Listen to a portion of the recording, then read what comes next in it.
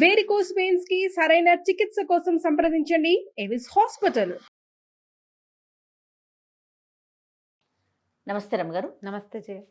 రమ్మగారు, మనుషుల్లో ఉద్రేక స్వభావం. అప్పటి వరకు చాలా బాగా మాట్లాడతారు, చాలా మెత్తగా ఉంటారు, అడిగితేనే సమాధానం చెప్తారు, నవ్వు మొహాలు ఉంటాయి. ఇక దేవుడి పట్ల ప్రేమ లేకపోతే గౌరవం, భక్తి అయితే మాటల్లో చెప్పలేము. గుళ్ళు, గోపురాలు, రుద్రాక్షమాలు, తులసిమాలు అన్నీ ఉంటాయి. కోపం వస్తే మాత్రం దాన్ని ఆపుకోలేకపోతారండి. ఎదుటివారి మీద ప్రదర్శించేస్తూ ఉంటారు, నోటితోనూ చేతలతోనూ. కానీ ఇంత ఉద్రేక స్వభావం ఎంత డేంజర్ కదా రమ్మగారు. చాలు వాళ్ళకి వయసుతో సంబంధం ఉండట్లేదండి. మళ్ళీ ఇక్కడ ఇది చిన్నప్పటి నుంచి యాంగర్ మేనేజ్మెంట్ ఉండాలి చేయ, ఎవరికైనా కూడా ఉండాల్సిందే. ఏదైనా చిన్న తేడా రాగానే తండ్రులు ఉద్రేకులు అనుకో, అవతల వాళ్ళని బూతులాడేయటం, ఎంత మాట పడితే అంత మాట అంటాం, ప్రతిదానికి ప్రశ్నించడం, ప్రశ్నించకపోతే ఎలా అంటారు. ప్రశ్నించడం అంటే అవతల వాడి మీద పడిపోవటం కాదు. ఈ ధోరణితోటి పిల్లలు కూడా అలాగే తయారవుతారు జయ.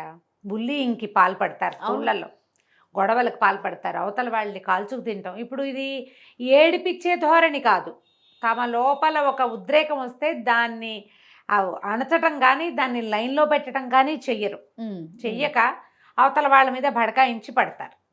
దీంట్లో భౌతిక దాడులకు పాల్పడే వాళ్ళు కూడా ఉంటారు. అవును, ఇది ఈ పిల్లల్లో గనక ఉంటే అది పెద్దవాళ్ళు అయ్యాక కూడా పోదు. క్రమంగా ఏమవుతుందంటే కాస్త తండ్రులు బాగా సంపాదిస్తే లేదా ఆస్తిపాస్తులు ఏర్పడితే పిల్లల్లో ఉద్రేకాలు, నా మాటే చెల్లాలి, నేను ఏమన్నారంటే కుమార్ రాజాన్ అనే భావాలు, ఇదంతా మాదేనని. వాడేం సంపాదించలా పెట్ల, వాడు నాన్న కూడా సంపాదించుంటాడు, తాతో మా అమ్మ సంపాదించుంటారు. అవి తాతలు సంపాదించిన దాన్ని చూసి కూడా పిల్లలకి ఇలాంటి ధోరణులు వస్తాయి. అవును, నేను సర్వశక్తిమంతుణ్ణని, నేను మహాబలశాలినని, ఇదంతా నాదేనని, నాకదే నడుస్తుందని, ఇలాంటి ధోరణులు మీ పిల్లల్లో పడచూపితే దాన్ని కట్ చేయండి.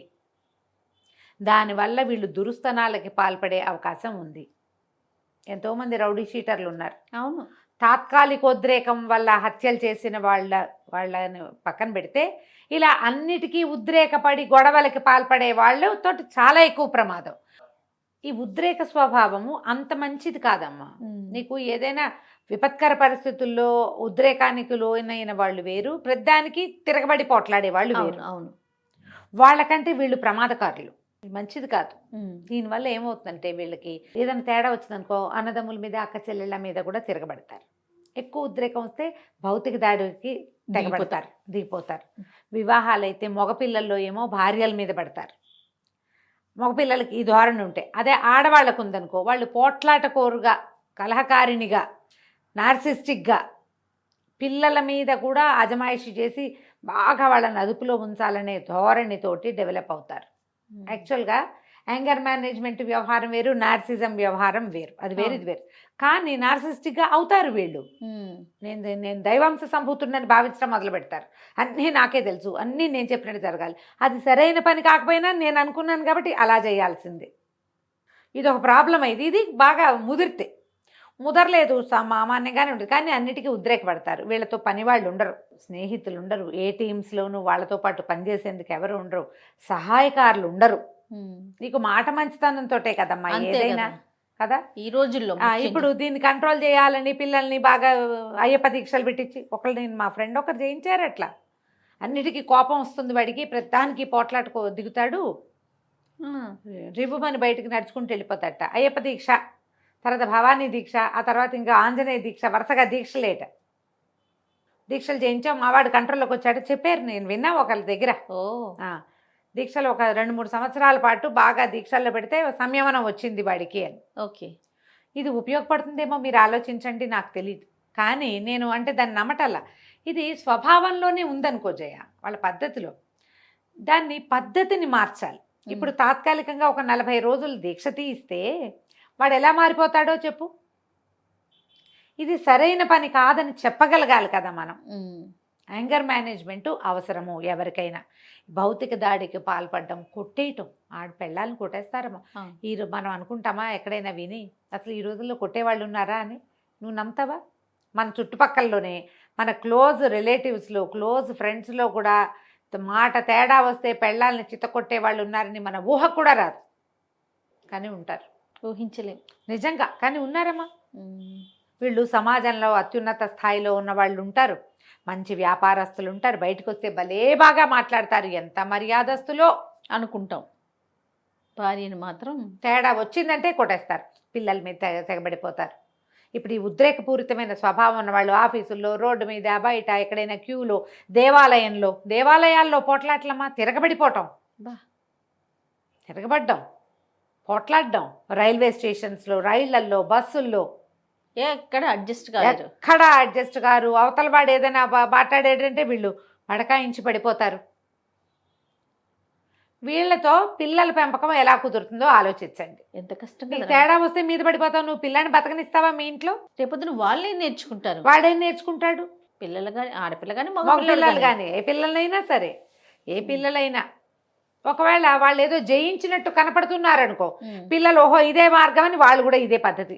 అంతే. ఓ పెద్ద చిన్న ఉండదు, ఎవరిని పడితే వాళ్ళని, ఓ పని వాళ్ళని లేదు, మన ఇంట్లో మన చుట్టుపక్కల వాళ్ళని లేదు, మన ఏజ్ వాళ్ళని లేదు, పెద్దవాళ్ళని లేదు, చిన్నవాళ్ళు ఎవరినైనా సరే మాట తేడా రంగానే బూతులు, నోటుకొచ్చిన వాగేయటం, వీళ్ళని మనమంటం ఏమిటి అన్న ఆలోచన ఉండదు. పోనీ పిల్లాడు అట్లా అన్నాడు అనుకో, పేరెంట్స్ కంట్రోల్ చేయరు. అవునండి, వాడు చాలా అద్భుతంగా సాధించాడు అనిపిస్తుంది. వీళ్ళు ఎలా బాగుంటారు సమాజంతో? దాన్ని ఈ రకమైన ధోరణిని ఒప్పుకోవద్దు పిల్లల్లో. చాలా కష్టం. వాళ్ళు పెద్దయ్యాక అసలు ఎలాంటి మృగాల్లాగా తయారవుతారంటే సమాజంలో చాలా చెడ్డ పేరు సంపాదించుకుంటారు వాళ్ళు. అవునవును. ఎట్లాగా పెరిగారా వీళ్ళు అనిపిస్తుంది. కానీ వాళ్ళ వల్ల వాళ్ళ కుటుంబంలో మిగతా సభ్యులు ఎంత చాలా సఫర్ అవుతారమ్మా, చాలా సఫర్ అవుతారు. యాంగర్ మేనేజ్మెంట్ అత్యవసరము. మనకి బోలెడన్ని థెరపీలు దొరుకుతున్నాయమ్మా. మీకంత తీవ్రమైన కోపం రావడానికి అసలు ఏ పరిస్థితులు దారితీస్తున్నాయని ముందు సెల్ఫ్ అసెస్మెంట్ చేసుకోండి. లేదా మీ పిల్లాడో, మీ పిల్లో, మీ ఆయనో, మీ మామగారో, మీ ఇంట్లో ఉన్న ముసలావిడో, లేదా మీరేనో స్వయంగా దేనివల్ల ఇలా ఉద్రేకపడుతున్నాము అనేది చూసుకుని వాటిని తగ్గించుకోండి. కూల్గా ఉన్నంతసేపు ఉండి, ప్రతిదానికి కూల్గానే ఉండి ఒకేసారి ఒక తీవ్ర స్థాయిలో చూపించేస్తూ ఉంటారండి. అది కూడా అంటే డేంజర్ కదా. కూల్ గా ఉండటం కాదు, వీళ్ళు ముందు నుంచి డేంజరే. వాళ్ళు ఏం చేస్తారంటే ఒక వయసు వచ్చాక ప్రాక్టీస్ చేస్తారు, కూల్ కూల్ కూల్ కూల్ అని అణుచుకుంటూ ఉంటారు, కానీ ఉండలేకపోతారు. ఏదో ఒక దశలో ఉండలేకపోతారు. ఇప్పుడు ఏమైతే విస్ఫోటనం సంభవిస్తుంది. ఈ విస్ఫోటనంలో మీ కుటుంబాలు పాడైపోవచ్చు, సమాజంలో మీ విలువ పోవచ్చు, మీకే ఏదైనా జబ్బు చేయొచ్చు సడన్ గా. లోపల ఈ హై బీపీ దెబ్బతినేవు, కొత్త జబ్బులు వస్తాయి. అది అవుతుందేమో చూసుకోండి. దాన్ని కానివ్వకండి.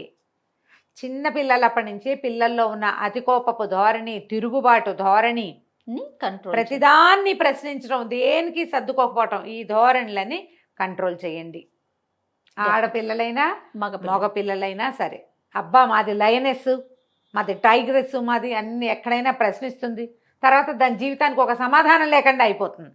ఇప్పుడు ఉన్నటువంటి సమాధానం లేని ఆడపిల్లల జీవితాలన్నింటికి మూల కారణం కోపంగానే కనపడుతుంది. అదే ఒకటే నేను అన్ను, అది వాళ్ళ పరిస్థితులు ఏవో ఉండుంటాయి, ఏవో ఒకటి, కానీ ఇది కూడా ఒక కారణంగా కనపడుతోంది. అతిగా ప్రశ్నించద్దు, అతిగా తిరగబడనివ్వద్దు. ఖచ్చితంగా ప్రశ్నించాలి, దేన్నైనా సమాజంలో చెడుని ప్రశ్నించాలి, వ్యక్తుల్ని నిలదీయాలి. ఎంత మటుకు, ఎన్ని విషయాలకి, దేనికి, ప్రధానికినా చూసి చూడనట్టు ఊరుకోవాల్సిన విషయాలు కొన్ని ఉంటాయి కదా. ఆ అసెస్మెంట్ వాళ్ళకి చేత కాకపోతే మీరు చేయండి. పిల్లలకి రాదు, అన్నిటికీ తిరగబడతారు. కొన్నింటికి చెప్పండి దీనికి వద్దు, దానికి తిరగబడదు, కానీ మెల్లగా పెద్ద అయ్యే కొందికి నేర్చుకుంటారు. చిన్నప్పుడు కంట్రోల్ లేదనుకో, పెద్ద అయ్యాక ఏ కంట్రోల్ లేని మదగజాలు అయిపోతాయి. అవి ఆడగజమో మొగ్గజమో ఏదో ఒకటి. అలా సమాజం మీదకి వాళ్ళని వదిలిపెట్టకండి. సమాజానికి జరిగే చెడు కంటే మనకి జరిగే చెడే ఎక్కువ. జాగ్రత్త. రైట్. నమస్తే. నమస్తే జీ.